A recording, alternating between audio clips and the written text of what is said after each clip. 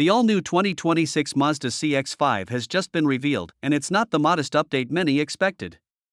Mazda has redesigned one of its best-selling SUVs with sharper styling, smarter tech, and a driving feel that some say rivals luxury brands.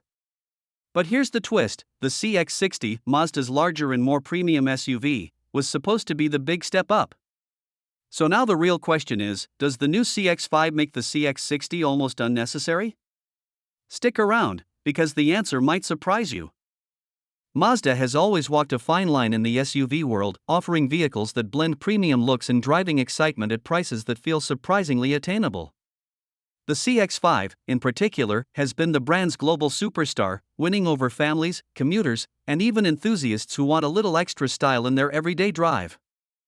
Now, for 2026, the CX-5 returns in an all-new form, sharper on the outside, smarter on the inside, and more focused on efficiency than ever. But here's where it gets interesting: Mazda already launched the CX-60, a bigger, more upscale SUV, designed to pull buyers who might otherwise look at luxury brands like Lexus or BMW. So why does this matter? Because in the US market, Mazda's lineup is becoming more crowded, and buyers are left wondering, is the redesigned CX-5 still the sweet spot, or should you step up to the CX-60 for the extra space and premium feel? In this video, we'll break down exactly what Mazda has changed, how the two SUVs stack up against each other, and which one makes more sense for your money. We'll cover design, interior quality, tech, safety, performance, and of course, pricing. And by the end, you'll have a clear idea of whether the CX-5 is the smarter buy, or if the CX-60 is worth stretching your budget for.